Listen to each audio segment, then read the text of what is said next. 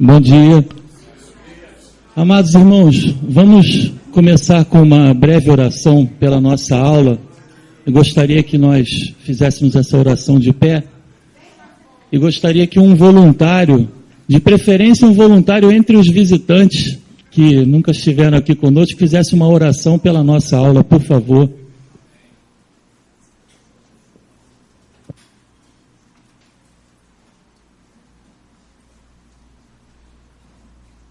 Graça e a paz do nosso Deus para os amados irmãos, inclinando as suas cabeças, em reverência ao nosso Deus. Eterno Deus e Pai, em Tua presença na manhã linda desse dia, ó Pai. Ao que Tu nos conduziste a este lugar, ó Pai, te pedimos que Tu venha ministrar sobre os nossos corações, Senhor. Que Tu venhas realmente falar, Senhor, da Tua boca, Senhor, para os nossos corações e as nossas mentes, ó Pai. Pai, que a Tua palavra fique gravada na tábua do nosso coração. Abençoa, Senhor, toda a mensagem que vai ser dita aqui e o pregador, Senhor amado. Que essa escola dominical seja uma bênção, Pai. E que todos aqui presentes saiam cheios do Teu Espírito Santo. Deus, em nome de Jesus, nós te agradecemos. Amém. Graças a Deus. Vamos nos sentar? Bom, irmãos, hoje nós temos uma aula um pouco diferente, né? Uma aula que foge ao nosso contexto habitual. Nós estamos estudando na nossa rotina aí, na sequência bíblica, o livro do Apocalipse, mas hoje nós não estudaremos o livro do Apocalipse. Nosso estudo continua na semana que vem.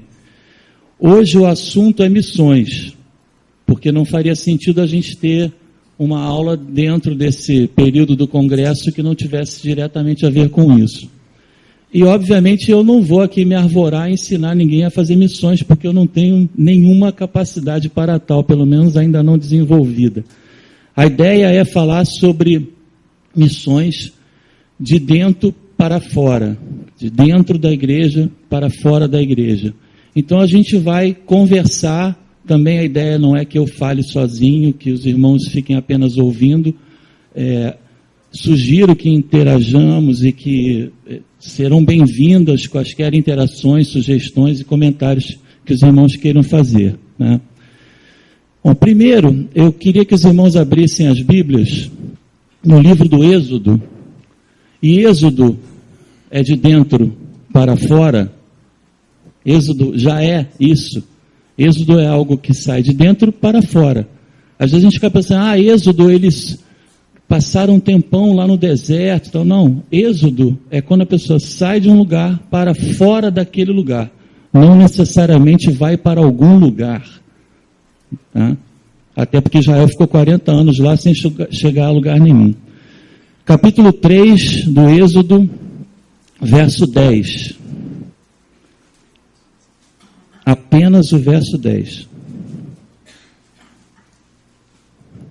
A palavra de Deus diz assim: Vem agora, eu te enviarei a Faraó para que tires o meu povo, os filhos de Israel, do Egito. Eu acho que esse daqui é uma das primeiras, se não a primeira ordem missionária que Deus faz ao povo dele. Claramente determinado primeiro que eu digo, nas páginas da Bíblia, não necessariamente historicamente falando, tá? Porque já tinham havido outros chamados missionários e ordens missionárias antes que isso acontecesse. Mas se você abrir a Bíblia no início, você vai procurando uma ordem missionária, acho que essa é uma das primeiras. O que está dito aqui? Está declarada uma tarefa que Moisés teria que cumprir. Cumprir uma tarefa é missão. Quando você recebe uma missão, é quando você é incumbido de executar uma determinada tarefa. Então, às vezes, a gente fica muito preso, por exemplo, a gente se refere ao id, como se essa fosse a tarefa, ir. Não, ir é parte da tarefa. A tarefa só vai ser completa se, em lá chegando, você fizer uma determinada coisa, e não apenas ir. Sim? Vamos fazer missões? Vamos. Então vamos lá para Nova York. Que delícia, né? Do you speak English? Of course. Então, você só foi. Você não mudou nada. Muito provavelmente, chegando lá, você vai encontrar 80% da população dizendo que crê em Jesus. E aí você está fazendo que ordem de Deus? É importante entender isso. Há sempre uma tarefa. A viagem em si não é a tarefa completa, é parte da tarefa. Bom, primeiro vamos estudar o significado da palavra missão.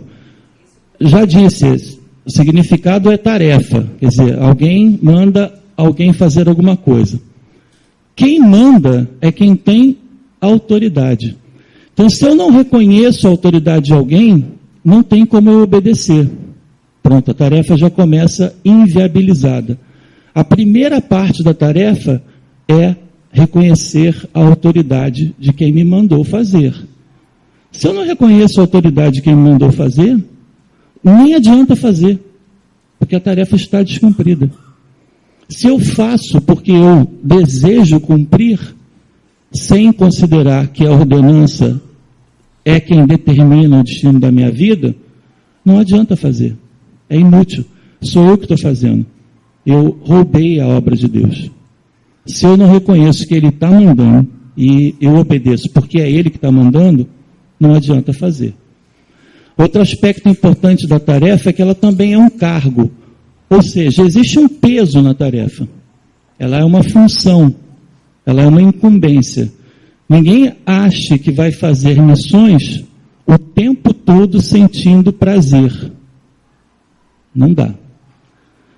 Qualquer missão implica num determinado sacrifício, digamos assim. Sacrifício das suas vontades em alguns momentos, sacrifício de algumas prioridades que você consideraria melhor estar fazendo do que aquilo que Deus mandou que você faça.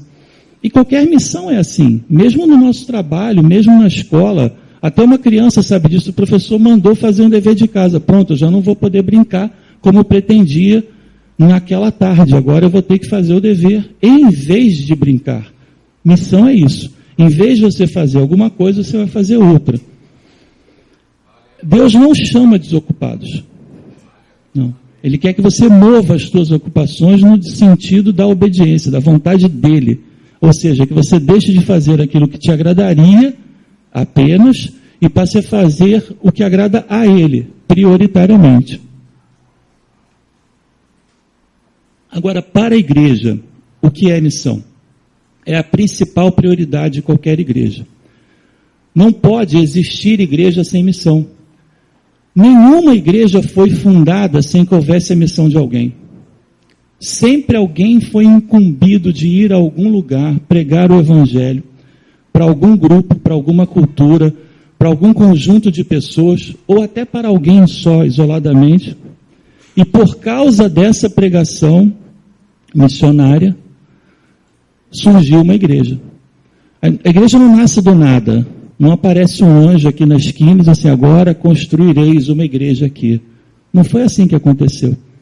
Foi assim, pastor Maurício? Completamente diferente. Recebeu essa incumbência antes até de virmos para cá. Foi determinada uma tarefa, e essa tarefa foi cumprida. Não inicialmente aqui, neste espaço, mas a tarefa vem sendo cumprida a partir de uma ordem missionária. E para que existe a igreja? Já vimos que ela só existiria se houvesse missão. E para que ela existe? A não ser para promover missões. O evangelismo é parte da missão. Não é a missão completa. É parte da missão. É importante entender que missão não é só evangelismo. É fundamental o evangelismo. A pregação do evangelho é a prioridade máxima de qualquer missão. Mas não se encerra com a pregação. Tá? Daqui a pouco a gente vai ver melhor isso. Mas evangelizar é, além da pregação do evangelho, que é o evangelizar, normalmente a gente espera que alguma coisa aconteça. A gente erra quando o evangelismo sozinho pretende fazer isso. Ou seja, eu jogo a rede, trago os peixes para o barco, e agora eu quero transformar a vida de todos esses peixinhos que chegaram aqui. Ou você faz uma coisa bem, ou você faz a outra coisa bem. O que eu quero dizer com isso? Não dá para a igreja ser só pessoas preocupadas em jogar a rede. Por isso que a gente tem múltiplos talentos. Todos têm que jogar a rede, mas enquanto ministérios, cada um vai jogar a sua rede do seu jeito, cada um vai tratar essa pescaria de uma forma com um dom especial que Deus deu. Não basta trazer para dentro da igreja, esse é um outro problema. Muita gente pensa que a missão é apenas o evangelismo no sentido de, eu trouxe o irmão para conhecer a minha igreja. E daí? Ele conheceu a igreja, achou bonito, legal, tudo bonitinho, arrumado. Isso mudou a vida dele? Alguma coisa mudou na vida dele? Eu não estou dizendo que nós vamos mudar a vida de ninguém, não, tá? Essa obra, na verdade, é sempre de Deus. É sempre o Espírito Santo que move. Nós somos só ferramentas nessa história. A gente não tem nenhuma capacidade, nenhum talento especial que não tenha vindo de Deus para promover nenhum resultado. Mas se eu só trago a pessoa para dentro da igreja, eu só estou enchendo um auditório. Esse auditório poderia ser um cinema. Quer dizer, eu vou exibir um conteúdo que vai atrair, as pessoas serão tocadas pelo conteúdo e depois vão embora para casa. Acabou a missão. Não. Isso não é evangelismo, muito menos missão. Eu preciso promover uma mudança na vida dessas pessoas. Agora, quando estou falando não estou falando eu, José Antônio, estou falando eu, igreja, que tem a cabeça. Cristo, né, precisa promover uma mudança. Isso é missão. Então, o primeiro missionário de verdade, em excelência, é o próprio Deus. A gente pode pensar assim, que Deus foi da onde para onde para praticar a missão? Não, acho que essa é a única coisa que Deus não fez, porque Ele está em todo lugar, então Ele não teria que sair de algum lugar para chegar em lugar nenhum. Mas quando Ele se faz homem em carne, essa é a maior das missões.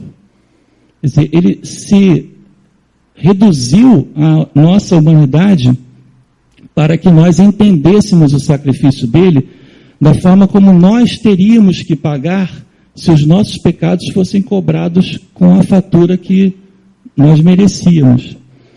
Ou seja, a redução dele até a nossa percepção é que mostra o quanto ele foi missionário, quanto o amor dele é grande para isso. Então, se a gente tem que buscar algum exemplo missionário, é o do próprio Jesus, o próprio Deus. Quer dizer, ele saiu lá da sua transcendência, da sua divindade, e desceu a essa percepção humana e se tornou palpável, concretamente atuou entre nós.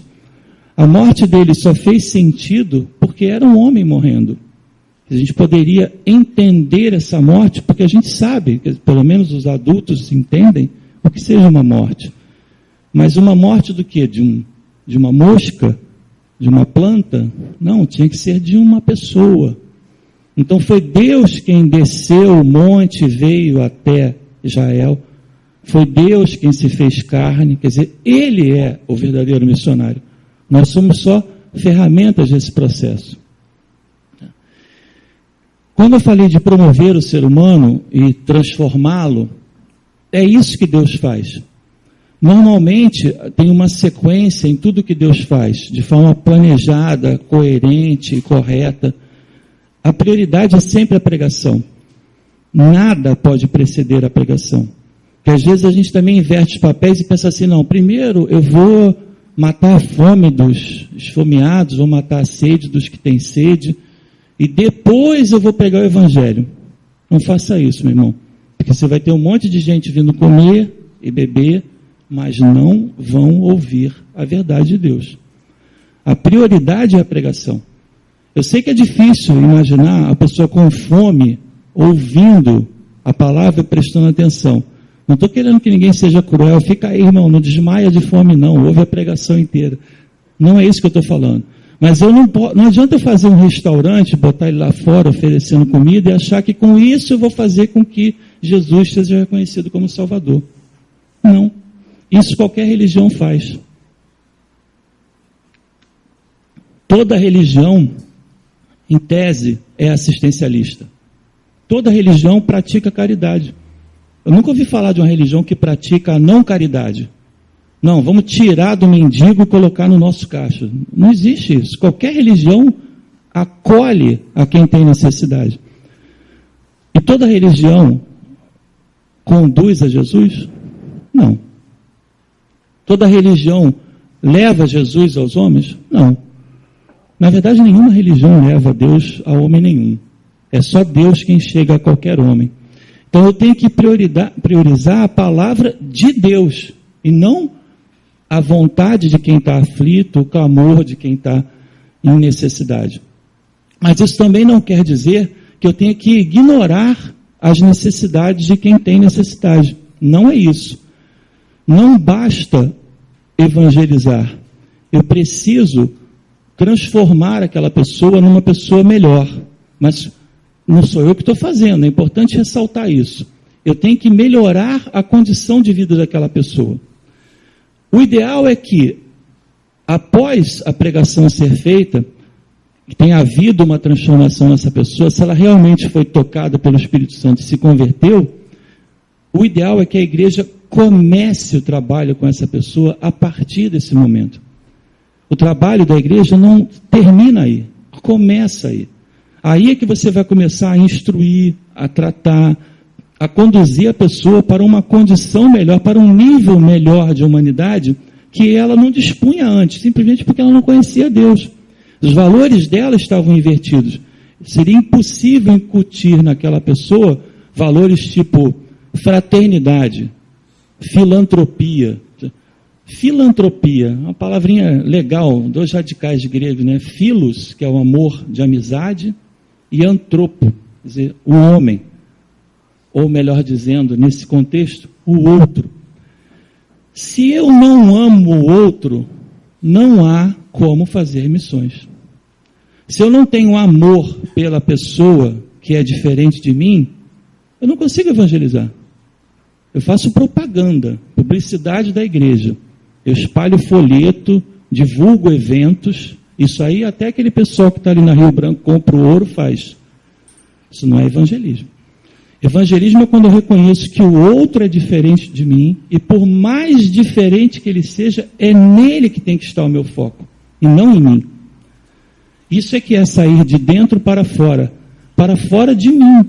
Não é só para fora do templo, vamos sair do prédio e vamos ali fora na esquina evangelizar. Não é só isso. Eu tenho que sair da minha perspectiva pessoal para a perspectiva do outro, para entendê-lo e buscar levar ao entendimento desse outro quem Jesus é de verdade. Tá? Isso não quer dizer também que eu vou submeter a cultura do outro à minha. Vou forçar o outro a ter hábitos diferentes dos meus. Como eu estava conversando com o irmão ali agora no banheiro, o cara virou crente, vou obrigar ele agora a botar um terno, uma gravata. Ontem até o pastor Firmino falou isso, né, que a FUNAI proibiu a evangelização em algumas aldeias porque alguns missionários loucos, não sei nem deve chamar de crente, obrigou os índios a vestir terno, gravata, calça social. E aí, você imagina, eles estavam tendo uma cultura esmagada a pretexto do evangelho. Nós somos a nossa cultura. Nós não somos só essa carne, ou só esse paletó, ou só essas jaquetas maneiras, esses coletes. Não. Mas nós somos tudo isso. Nós somos tudo isso. Nós não somos apenas o que a gente diz. A gente é muito mais do que a gente faz.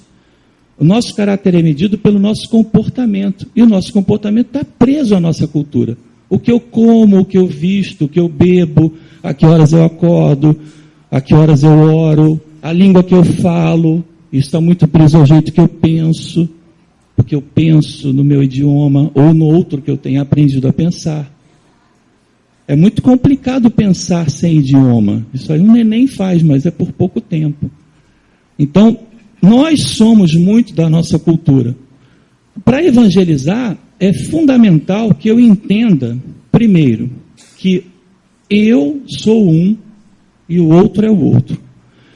Eu trago uma cultura e o outro tem a dele. Às vezes a gente fica querendo classificar, é como se fosse uma vontade científica de entender o evangelho, né? Aí a gente nomeia assim, missões nacionais, missões urbanas, missões transculturais.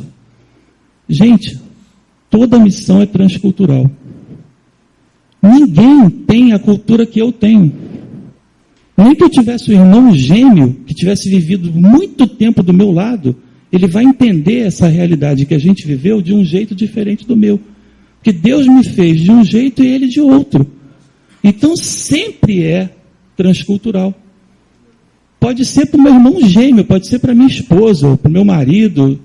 Vai ser transcultural sempre. O que eu quero dizer com isso?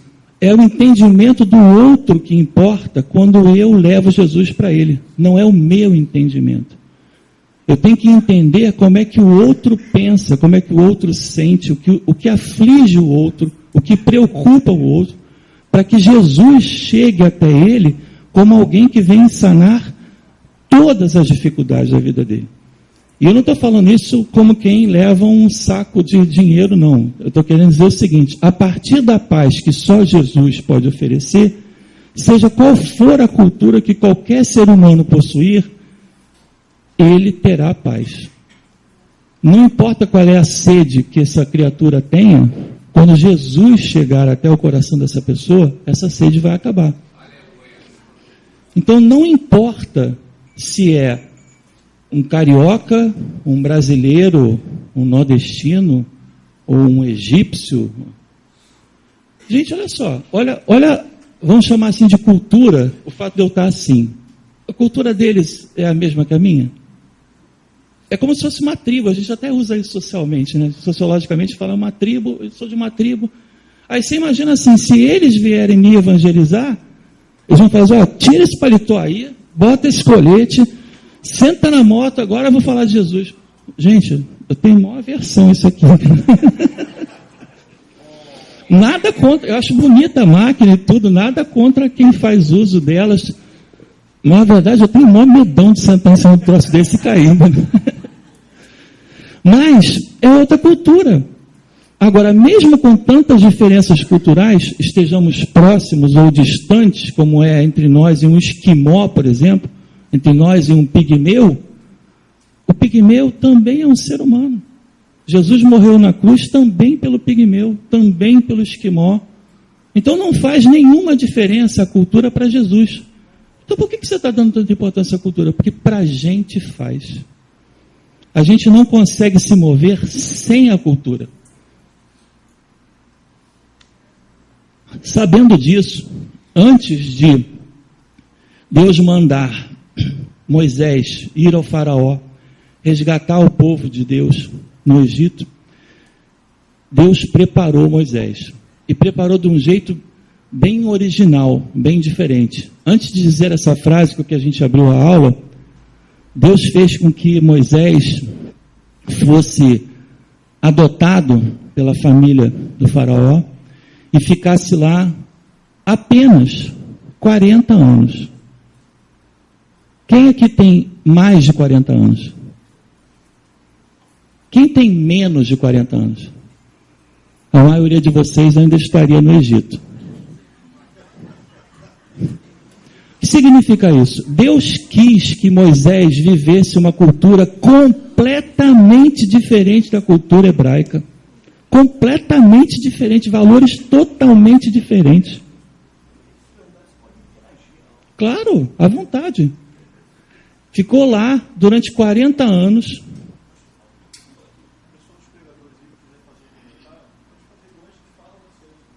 Participem, por favor. Não é uma pregação, é uma aula. Né? E a aula é bom que a gente interaja. Então, Moisés ficou lá durante 40 anos. Com certeza, ele recebeu muita informação egípcia, muita instrução. Foi educado daquela forma. Aprendeu a falar o idioma deles, os hábitos deles, todos os valores da cultura egípcia, ele aprendeu. E a gente pode dizer assim, lá só tinha coisa do diabo. Mentira, porque não há dom que não tenha vindo de Deus. Mesmo entre os ímpios, Deus derrama os seus dons e talentos. É que a pessoa faz mau uso deles, e a culpa não é de Deus. Então, mesmo lá no Egito, haviam coisas muito importantes que estavam sendo desenvolvidas para a história da humanidade. E Moisés estava lá aprendendo aquilo, durante apenas 40 anos. Na verdade, Moisés era um estranho ali no ninho, né? Porque toda aquela cultura, de fato, não tinha nada a ver com a cultura dele. Mas ele estava lá. vivendo aquela situação. Até que, em sabendo que ele era egípcio, né, que ele não era egípcio, ele começou a perceber certas injustiças que eram praticadas contra o grupo ao qual ele de fato pertencia. E isso o indignou ao ponto dele assassinar um egípcio que viu fazendo um distrato violento contra um hebreu. Então, nessa ocasião, Moisés já tinha 40 anos. E aí se indignou com algo que foi feito contra um hebreu. Escondeu o corpo, tentou esconder o pecado, mas a suspeição de que alguém soubesse, porque até teve um que lhe disse isso, faz igual você fez com o outro lá, matou o cara. Ele sumiu, correu. Ele fugiu. Agora, contra a vontade de Deus, eu não sei. Com permissão de Deus, com certeza. Porque aí ele ficou lá no deserto de Midian apenas mais 40 anos. Aí sim ele aprendeu a cultura do povo dele. Então ele virou um estranho no ninho de novo, porque agora ele era um egípcio que nasceu de uma família hebraica, mas não sabia nada da história hebraica, dos valores hebreus. Então ele teve que, na verdade, ser reeducado. Ele teve um conflito de valores, questões sobre o casamento, sobre o serviço de um homem para a família da sua esposa. Tudo isso foram conflitos culturais que Moisés teve que viver num cursinho rápido de 40 anos. E aí ele teve um momento mais especial da vida dele, com apenas 80 anos. Alguém aqui tem mais de 80 anos? Tem pelo menos uma, já teve um contato pessoal com Deus aqui. E aí ele viu a sarça ardente e Jeová lá o instruiu de forma transformadora, que fez com que Moisés recebesse uma incumbência e uma motivação que até aquele momento ele ainda não tinha vivido. Ou seja, agora ele tinha uma razão para viver. Ele pensava ter tido razões para viver ao longo desses 80 anos, mas não tinha. A existência dele só tinha um propósito para Deus: fazer a obra de Deus. Porque é só esse o único propósito que Deus tem para a vida de todos nós. Todo o resto é bobagem. Todo o resto é inútil. É claro que no bojo dessa obra de Deus eu vou desenvolvendo relacionamentos, eu crio uma família, eu faço um registro cultural dentro da sociedade em que eu vivo, dentro da comunidade que eu vivo. Mas o importante é a obra de Deus. A prioridade é a obra de Deus. E aí, Moisés vai lá e tem aquela luta política, aquela negociação difícil lá, ainda bem que não tinha BOP naquela época, né? Para convencer o faraó de arrancar com o povo judeu dali. E aí, nesse embate, vejam só, Moisés ouviu a pregação, já tinha uma formação cultural adequada, tanto de um lado quanto do outro daquela questão, e estava ali advogando em nome de Deus pelo povo de Israel. E aí maravilhas começam a acontecer. Ontem o pastor Firmino também falou isso. Às vezes a gente quer ver primeiro as maravilhas, né? A gente quer ver primeiro a água ficar toda vermelhinha, igual o Alexandre Biuso fez ontem ali, um ilusionista que esteve aqui com a gente, para depois ouvir a voz de Deus. Não funciona, irmão. Lamento. O espetáculo vem depois da pregação. Porque você não vai nem enxergar o espetáculo se você não tiver convertido. Diga, irmão. É importante ressaltar nesse momento que antes de Moisés cumprir a missão de ser o libertador do povo do Egito, ele passou por um processo. O irmão o tema é missões, e às vezes a gente quer fazer missões, mas nós não nos preparamos. Houve uma preparação, houve um processo que Deus... A Bíblia diz que Moisés foi instruído em toda a ciência do Egito, depois ele foi instruído em toda a ciência do Egito, depois ele foi para o povo dele, e ele foi conhecer a cultura do povo dele. Então isso aí já era uma preparação de Deus na vida de Moisés, desde o seu nascimento, quando ele foi chamado filho da filha de Faraó, para que ele pudesse cumprir aquela missão. Então, assim, às vezes nós não atentamos para esse detalhe, queremos cumprir a missão até com o coração voluntário, mas às vezes falta preparação. Então, nesse momento é importante ressaltar que o preparo é de igual importância o cumprimento da missão. É que nem os militares, né? Eu sou militar do Exército. Então, às vezes, o militar, quando ele vai sair para uma missão, para um acampamento, ele tem que se preparar, ele tem que preparar uma logística. Senão ele chega lá, ele não vai conseguir cumprir a missão. Ele não vai ser bem sucedido. E nós, como servos de Deus, para cumprir uma missão também na obra, mesmo com coração voluntário, temos que ter essa preparação. É verdade. Quando eu falei para os irmãos que Deus sempre faz as coisas numa ordem, numa lógica, essa preparação precede a ação missionária. Ela até pode se dar no início do processo simultaneamente. O que eu quero dizer com isso? Por mais que você estude um povo, estude uma cultura, estude uma comunidade, é completamente diferente do dia em que você está lá inserido nela, vivendo aquela realidade. E eu não estou falando daqui na Turquia, não. Eu estou falando daqui, ali no Tuiuti. Se a gente sair daqui com essa linguagem que a gente usa habitualmente aqui, e for lá dentro da comunidade, o pessoal não vai ouvir Jesus, não. Vai ouvir um cara muito estranho falando uns troços que não tem nada a ver. Então, primeiro tem que entender a linguagem do outro. E qual é o melhor jeito de fazê-lo? Eu não preciso estudar mais português, porque o português que eles usam lá é o mesmo que eu uso. Então, eu vou estudar essas relações linguísticas originais que existem lá. Significados específicos daquela comunidade.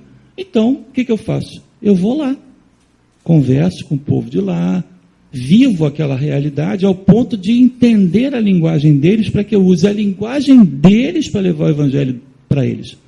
E não a minha linguagem se impor lá. Não vai funcionar. O irmão queria dizer alguma coisa? Diga. É apenas acrescentar, enriquecer a palavra do pastor, que as três fases de Moisés, que ele foi educado no Egito, e lá ele aprendeu a ser alguém. Depois ele foi para o deserto, depois que ele matou aquele egípcio, ele foi para o deserto. Lá ele aprendeu que não era ninguém.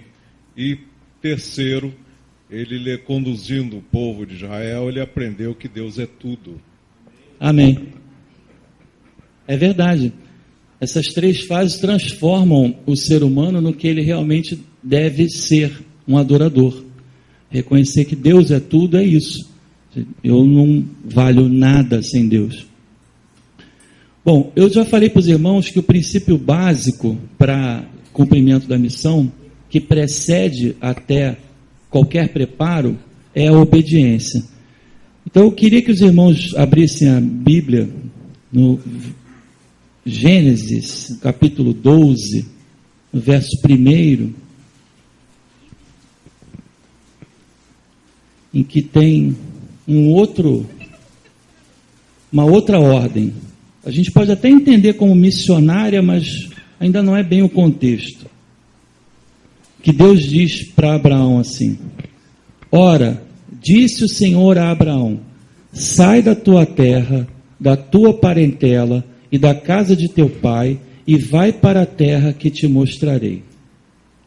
Deus não diz, olha, vai para a cidade tal, bairro tal, rua tal, número tal, na casinha tal. Não. Vai. Eu te mostrarei. É futuro. Aí você imagina se Abraão exigisse o que às vezes a gente pensa que é preparo, que é o conjunto necessário de informações para que eu me sinta seguro. Porque às vezes a gente pensa que preparo é isso, né? Agora eu tenho o conjunto de informações necessário para me sentir seguro. Então agora eu vou. Como é que você pode se sentir seguro se alguém diz assim, vai, e não diz nem para onde? Pô, não vou obedecer não. Não, primeiro tem que saber para onde. Aí você não vai, e você não obedeceu. Então a obra não se dará. Pelo menos não com você. Quando Deus fala vai, só tem uma resposta a dar: ir. No caminho ele vai te mostrar onde é que ele quer te levar.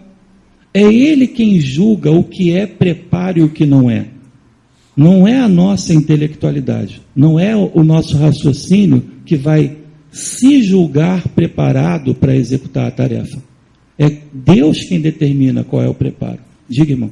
Nesse momento, é importante aquele que vai cumprir, aquele que vai atender a ordem, ele ter absoluta confiança naquele que está ordenando. Ele tem que conhecer e ele tem que confiar naquele quem está ordenando, no seu superior, ou seja, naquele quem detém o poder. Se isso não acontecer, ele vai passar por esse processo aí agora, ele vai entrar num novo processo de querer ajuntar subsídio para ele poder cumprir aquela ordem porque faltou nele confiança. Mas se ele conhece e confia naquele que está ordenando, ele vai sair nessa situação, ele vai sair e vai cumprir a missão, porque ele tem certeza que aquele a quem ordenou é fiel para poder ajudá-lo e suportá-lo naquele momento que ele estiver cumprindo aquela missão. Exatamente. O homem não precisa ter uma certeza racional ou científica para fazer o que Deus quer que faça. O que o homem precisa é ter fé. Sem fé é impossível agradar a Deus. É impossível cumprir com as ordenanças de Deus. Você pode até praticar todos os atos que a tua liturgia ou religião da tua cultura determinem, pode até botar o paletózinho, a gravata de diácono e tal, e lá dentro teu coração está no inferno. Pastor? Diga, irmão, não sou pastor, não. Eu sou só diácono. Só uma observação aqui, que Moisés, assim como quando Deus falou para Moisés voltar à terra do Egito, ele questionou, que ele disse que ele não era bom de fala, apesar de língua de boca. Mas Deus passou confiança para ele, dizendo que ele seria com ele. Ele falaria pela sua boca, e ainda enviou Arão para ser o seu ajudador. É só uma observação. É verdade. Deus não só nos transforma, como também nos insere dentro de contextos de relacionamento que vão nos preparar para executar a missão, vão nos qualificar. Às vezes a gente fica buscando aliados que nós achamos que são os mais eficientes para executar uma determinada obra. Se eu vou lá no Tuiuti para evangelizar, então tem um amigão meu lá que mora lá em cima com essa galera um tempão, vou procurar por ele, porque ele vai me dar as dicas lá do esquema. E Deus não quer que eu fale com esse cara. Às vezes Deus quer que eu fale com uma senhorinha que mora aqui embaixo, que nunca subiu no Tuiuti, mas é ela quem vai me dizer o que eu tenho que dizer lá em cima. E aí eu ignoro aquela senhorinha que nunca subiu no Tuiuti e vou lá procurar meu amigo, estabeleço um relacionamento inútil para a obra, que só vai fazer eu perder tempo. Eu não acho que Moisés tenha dito, tem aqui Arão. Eu não acho que tenha sido assim. Ele pode até ter pensado isso por conhecer o outro, né? Mas quem determinou foi Deus. Então vou usar ele, para ele te ajudar. Então, a ordem tem que ser obedecida. Independente da impressão que eu tenha de eficiência ou não do método que Deus está estabelecendo, é o método dele que tem que prevalecer. Porque ele é Senhor de todas as coisas. Se eu não acredito nisso, é melhor você não sair da tua casa, da tua parentela e não ir para lugar nenhum. Porque isso é básico. A base da fé começa aí, você crer que ele é todo poderoso. Não a tua eficiência, a tua técnica, a tua tecnologia, a tua formação. Não. Isso não tem eficiência nenhuma para evangelizar.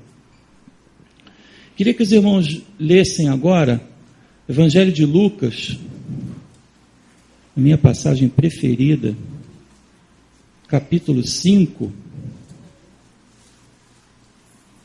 os primeiros 11 versos.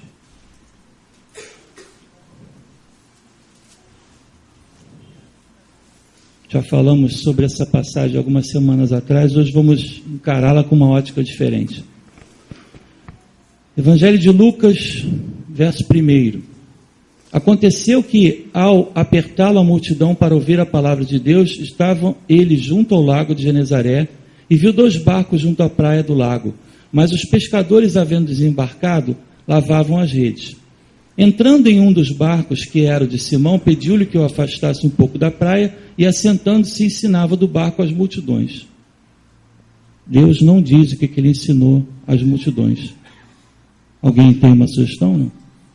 É óbvio que ele estava pregando o evangelho, mas ele não relata aqui, que logo em seguida ele diz: quando acabou de falar, disse a Simão: faze-te ao largo e lançai as vossas redes para pescar. Respondeu-lhe Simão: mestre, havendo trabalhado toda a noite, nada apanhamos, mas sob a tua palavra lançarei as redes. Isso fazendo, apanharam grande quantidade de peixes e rompiam-se-lhe as redes. E então fizeram sinais aos companheiros do outro barco para que fossem ajudá-los. E foram e encheram ambos os barcos a ponto de quase irem a pique. Vendo isto, Simão prostrou-se aos pés de Jesus, dizendo: Senhor, retira-te de mim, porque sou pecador. Olha a transformação como acontece instantaneamente, quando você percebe que só Deus é capaz de fazer tudo o que Ele quiser, quando Ele quiser. Pois, à vista da pesca que fizeram, a admiração se apoderou dele e de todos os seus companheiros, bem como de Tiago e João, filhos de Zebedeu, que eram seus sócios. Disse Jesus a Simão: não temas, doravante serás pescadores de homens. E arrastando eles os barcos sobre a praia, deixando tudo, o seguiram. O que está acontecendo aí? Está acontecendo a primeira ordenança. Deus está prometendo que eles serão pescadores de homens. Deus não está dizendo para eles agora, vão pescar os homens. Não. Deus está dizendo, vocês serão pescadores de homens. Num momento futuro, vocês começarão a pescar homens. E não agora, só porque vocês viram isso. A prova disso é que mesmo no Evangelho de Lucas, mais uma passagem bem mais lá na frente, no capítulo 24,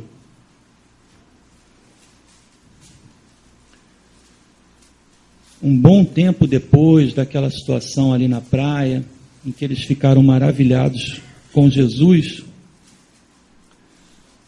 do verso 36 em diante, nós vamos dar uma pequena estudada agora. Falavam ainda essas coisas quando Jesus apareceu no meio deles e lhes disse: paz seja convosco. Falavam que coisas? Eles estavam comentando, alguns discípulos tinham visto Jesus lá fora. Eles não reconheceram imediatamente, mas no meio da conversa, Jesus se fez perceptível para eles como quem ele verdadeiramente era. A paz seja convosco. Eles, porém, surpresos e atemorizados, acreditavam estarem vendo um espírito. Gente, esses caras já estavam há pelo menos uns 3 anos vivendo com Jesus e acreditavam que estavam vendo um espírito. Eles não estavam preparados ainda. A verdade é essa. 3 anos. Tudo bem que não foi os 40 de Moisés, mas talvez Moisés fosse mais difícil de entendimento. Mas ele lhes disse: por que estáis perturbados e por que sobem dúvidas ao vosso coração? Vede as minhas mãos e os meus pés, que sou eu mesmo. Apalpai-me e verificai, porque um espírito não tem carne nem ossos, como vedes que eu tenho. Dizendo isto, mostrou-lhes as mãos e os pés. E por não acreditarem eles ainda, por causa da alegria e estando admirados, Jesus lhes disse: tendes aqui alguma coisa de comer? Então lhe apresentaram um pedaço de peixe assado e um favo de mel, e ele comeu na presença deles. Ele está mostrando que não era um espírito, mas de certa forma ele estava promovendo uma interação fundamental para que o evangelho chegue ao coração de alguém. Quando eu como com alguém, eu crio um laço, eu crio uma intimidade, eu permito uma afeição. Então eu me aproximo da pessoa. E ele não trouxe a comida e disse aqui, está aqui o peixinho assado que eu trouxe lá de cima do shopping do céu. Não, quero esse peixinho aí que vocês estão comendo. Eu sei que pode ser difícil, de repente se o irmão for lá no Tibete, vai ter que comer um cérebro de macaco para jantar lá com alguém que você queira converter. Mas você vai ter que aprender a comer cérebro de macaco, irmão. Senão é melhor não ir para o Tibete. Verso 45 44 diz: a seguir Jesus lhes disse: são essas as palavras que eu vos falei, estando ainda convosco. Importava se cumprisse tudo o que de mim está escrito na lei de Moisés, nos profetas e nos salmos. Deus está mostrando aqui que tudo o que aconteceu estava previsto e que eles não enxergaram, mesmo convivendo com ele diariamente.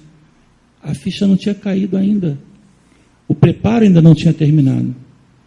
Então lhes abriu o entendimento para compreenderem as Escrituras e lhes disse.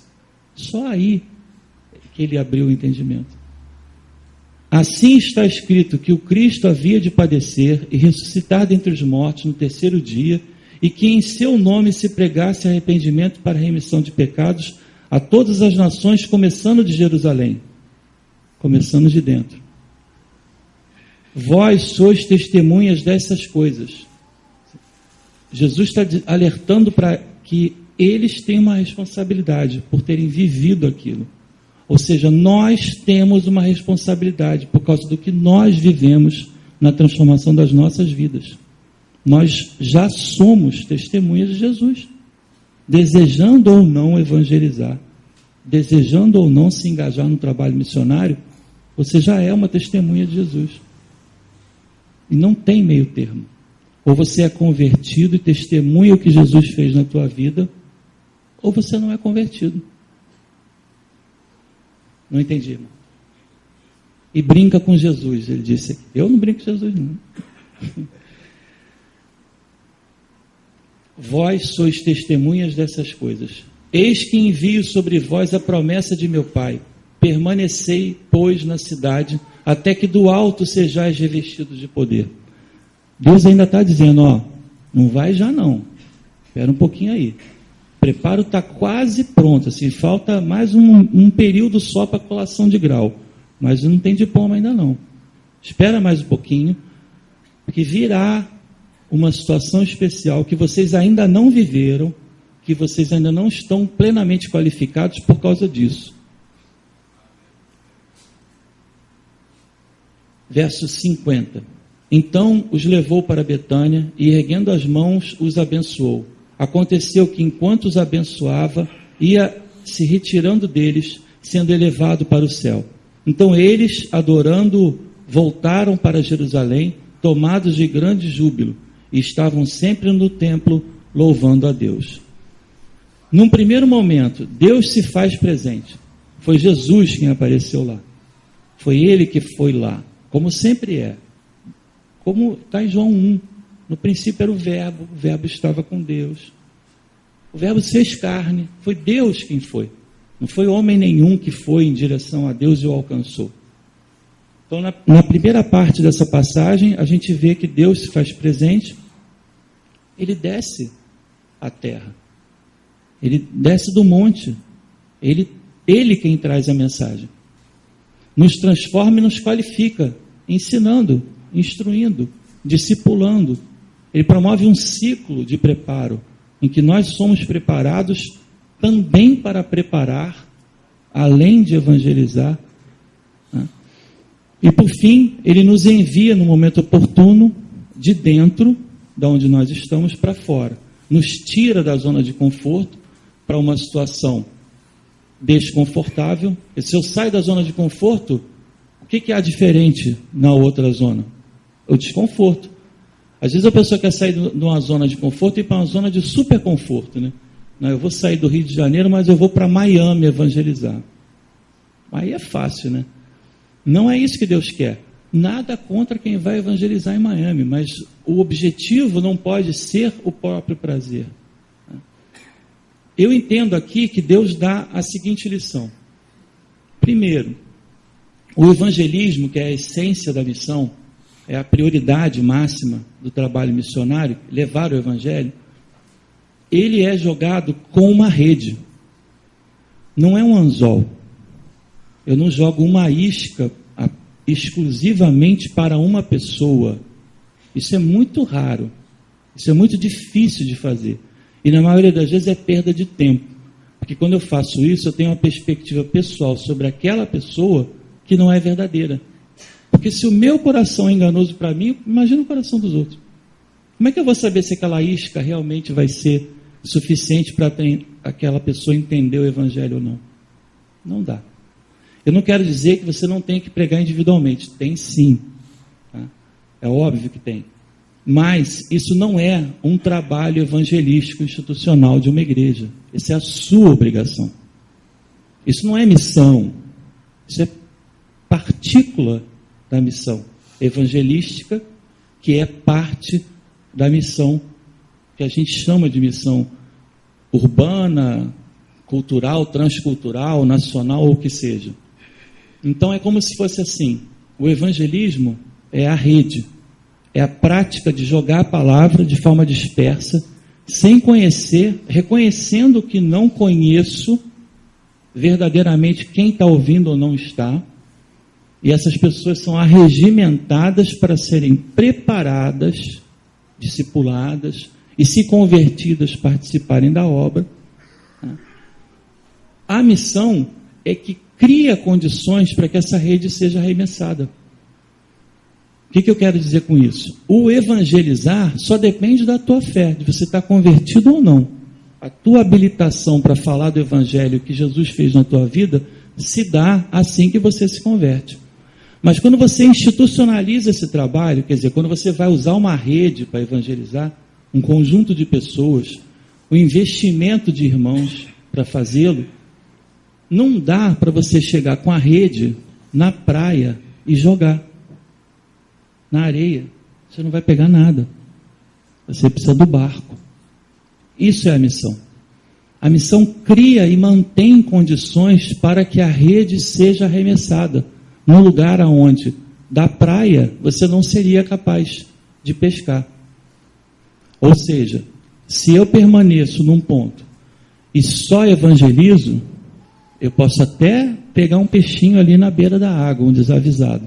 Mas esse não é o trabalho missionário que Deus quer que a igreja pratique.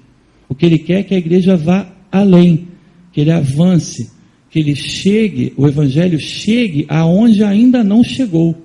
Tem uma passagem que Paulo diz, cheguei a anotar aqui qual é a citação, que ele vai pregar aonde ainda não se falou de Cristo.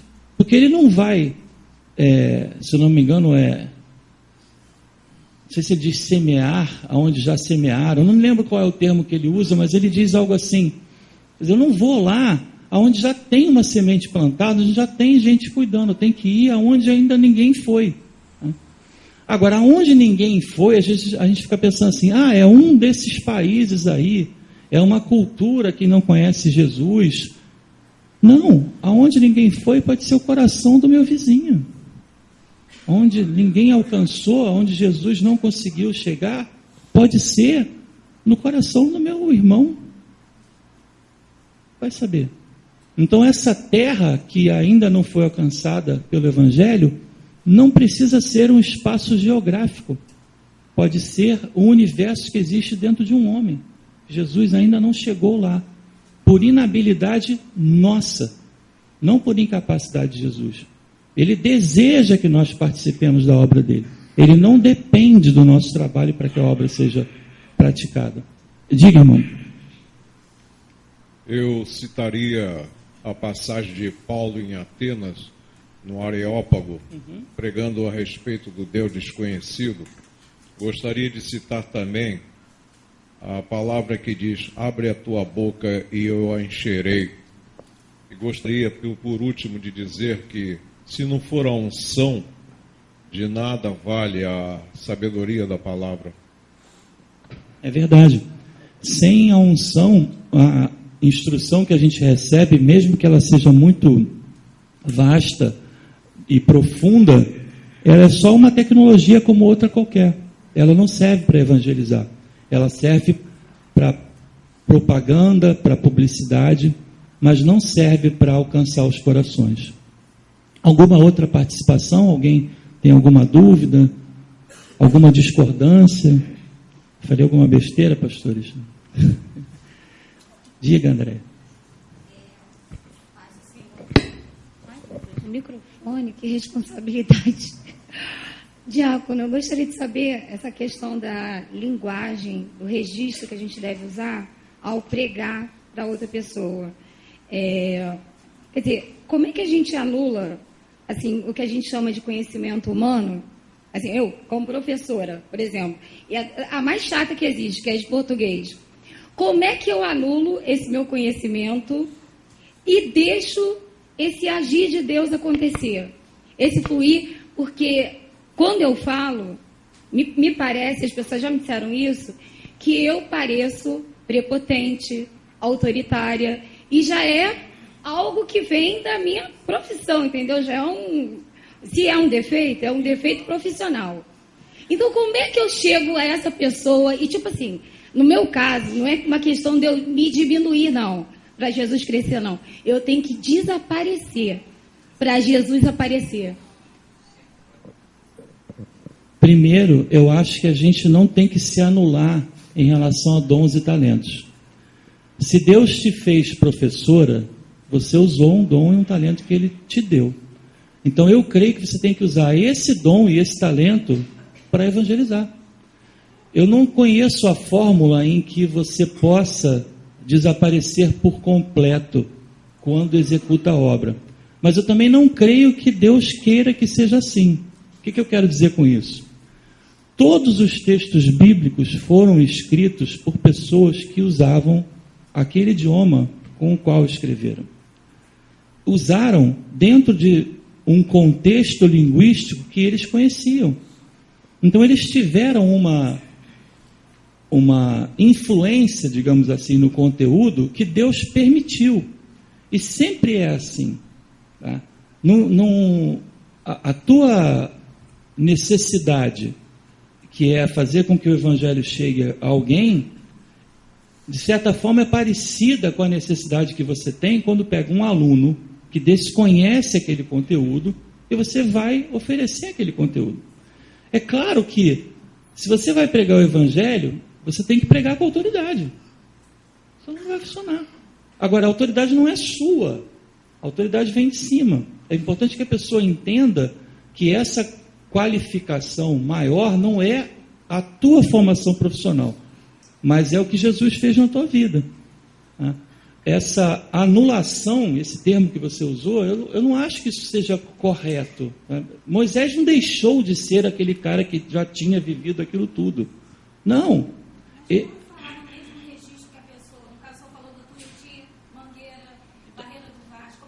Vivendo com essas pessoas. Eu tenho certeza que várias das gírias que os teus alunos usam, você aprendeu com eles. Né? Sei lá, bigode grosso, por exemplo. Você não sabe o que quer dizer. O bagulho é doido. Oi, irmão. Bom dia. Como é que é o nome da irmã? Andréia. Assim, André, a primeira coisa que tem que ter para a gente ter uma linguagem que alcance o próximo é o reconhecimento de que a gente nada é.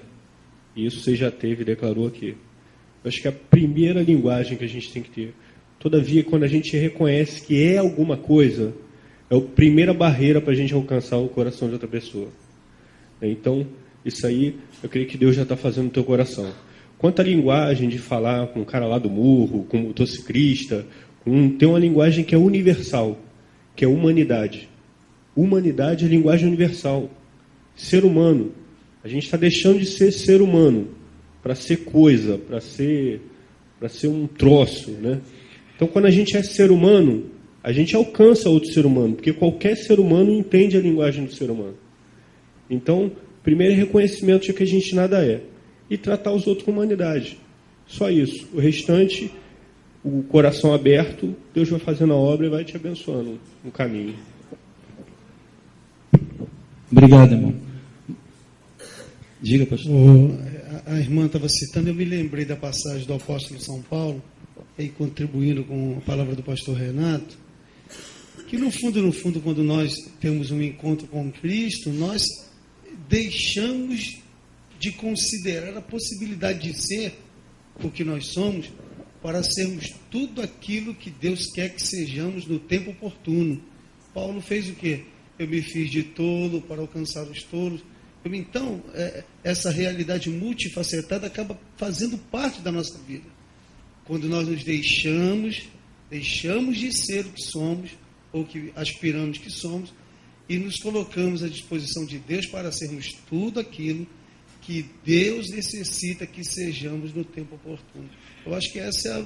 E aí, no momento que nós assim nos portarmos, Deus nos adequará a linguagem, Deus nos adequará todas essas outras questões periféricas que contribuirão, né, obviamente, para a propagação do Evangelho, e na sabedoria de Deus, Ele o fará com certeza. Não é a confiança na informação que recebemos que nos qualifica. Na verdade, é a confiança na ordem que Deus deu. Não há um momento, eu vou dizer de mim, que é mais fácil, tá? Não tem nenhuma aula que eu não comece nervoso. Eu já dou aula aqui há anos. Não tem um dia, uma vez que o pastor não determine que eu suba para fazer uma pregação, que eu não fique com um gelo na barriga do tamanho de um poste, sabe? Porque, o que é isso? Eu não acho que no dia que isso parar de acontecer, eu estarei bem, não. Eu acho que aí eu me ensoberbeci, entende? Então, a anulação, se há que existir alguma anulação, é do meu ego, é da minha autoimportância, a minha autovalorização é inútil. Isso sim, irmã, tem que anular. Tá? Mas os dons que Deus te deu, as habilidades que Deus te deu, que você desenvolveu, elas são úteis sim. Tá? E fazer uso delas é que é um mistério. Por quê? Porque para Deus, essas nossas ferramentas, digamos assim, intelectuais, elas vão funcionar de uma forma completamente diferente de como funciona na nossa sociedade. Ou seja, se eu vou dar uma aula, de fato uma aula mesmo, de português, como a irmã falou, eu vou ter que corrigir o aluno, é claro, eu vou ter que dizer para ele o que está certo, o que está errado e tal. Mas no bojo dessa aula eu posso pregar o evangelho, não posso? Posso. Como é que eu vou fazer? Sendo exemplo. Começando por aí, pregando com o meu comportamento, e não apenas com o meu discurso. Se houver uma coerência entre o que eu digo que creio e aquilo que eu faço, as pessoas entenderão que eu tenho seriedade no que eu professo. Pronto, aí se abriu um canal.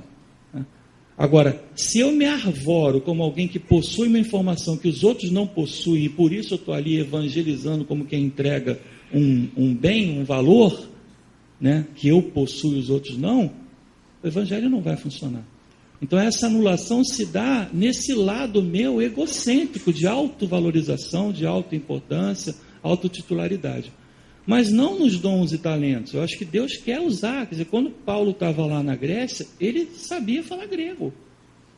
Ele aprendeu. Um cidadão romano, com certeza falava muito bem o hebraico, o latim da época e o grego. Pelo menos essas três eu posso garantir que ele era desenvolto.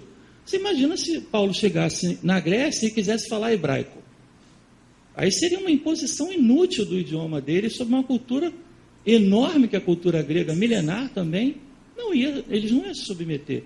Mas quando ele chega lá, como o irmão falou, e fala em grego com eles, e diz que vai trazer a eles o conhecimento de um Deus desconhecido, ou seja, ele se aprofundou naquela cultura, ele entendeu aquela cultura, e usou esse elemento para levar Jesus para eles. Ele se anulou enquanto figura de importância. A figura de importância passou a ser quem? Jesus. Então, toda vez que você estiver dando a aula ou evangelizando, coloca Jesus fazendo isso, ele vai cumprir com muito mais eficiência do que qualquer um de nós. E vai usar você com os teus dons e talentos. Bom, para terminar, parece que alguém queria fazer uma participação. Paulo, falando aos Coríntios, ele diz que os dons são dados e são irrevogáveis. Na verdade, corroborando o que a irmã falou, nós temos que reconhecer o nosso lugar no reino. A sua colocação foi muito pertinente no início. Nós temos o projeto, reconhecemos o nosso local no reino, de conduzir o evangelho através das motociclistas, dos motociclistas das motocicletas. O irmão disse, poxa, isso aí para mim não dá.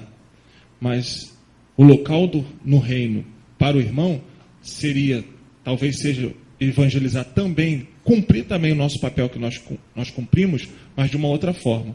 A irmã falou, mas como é que eu vou lá no Tuiuti, né, na Mangueira? Talvez, irmã, o seu lugar no reino não seja ir no Tuiuti, mas talvez pregar o evangelho entre os professores entre os mestres, talvez entre os alunos, não seja o local seu, a sua forma de evangelizar, de conduzir o reino lá no Tuiuti. Talvez Deus vai levantar uma outra pessoa, um outro irmão que tenha esse vocabulário mais fácil de ir lá no Tuiuti. Talvez um aluno teu. Talvez um aluno seu, bem colocado. Então, o importante, nós queremos sim cumprir a missão, mas nós temos que saber em que posição. Como eu disse, o militar, né, ele tem lá vários postos. Então, o cara falou assim, você vai para o posto 1, você vai ficar no sentinela do portão. Então, hoje aqui, nós temos o irmão que está ali ministrando a aula. Mas tem um outro irmão lá, ó. Ele também está no reino, mas ele está lá na porta, é o introdutor. Então, o importante é nós sabermos qual é o nosso local no reino, para nós podermos cumprir bem a nossa missão. Senão, às vezes, nós queremos cumprir a nossa missão, mas o nosso local não é ali. Não foi para isso que Deus nos chamou e a gente encontramos dificuldade. Então, eu queria ressaltar esse ponto de nós nos direcionarmos a Deus e falar, Senhor, qual é o meu local no reino? E ali eu vou fazer bem feito, vou aplicar muito bem aqueles dons, aqueles talentos, que são irrevogáveis, que a senhora já tem. Então, talvez o momento seja esse. Amém. Irmãos, vamos terminar nossa aula, nosso tempo acabou. Daqui a pouquinho a gente tem outro evento. Gostaria que os irmãos ficassem de pé, por favor. Agora a gente vai ter o quê? Na nossa... então teremos um pequeno intervalo e daqui a pouquinho a gente já começa o louvor, daqui a 10 minutos. Queria que o pastor Alexandre faça uma oração, por favor, concluindo a nossa aula. Pai, nós te louvamos por essa manhã maravilhosa, pela tua palavra que foi tão bem conduzida aos nossos corações, ó Deus, através do teu Filho, e as intervenções que foram feitas. Nós te louvamos, porque é assim que a tua igreja cresce, Senhor, aprendendo uns com os outros na direção do teu Espírito. Prepara também o nosso coração para o culto. Permita, ó Deus, que nós estejamos com o coração sensível à voz do teu Espírito e que a tua palavra tenha livre curso a nossa mente, o nosso coração para a transformação da nossa vida. Em nome de Jesus. Amém.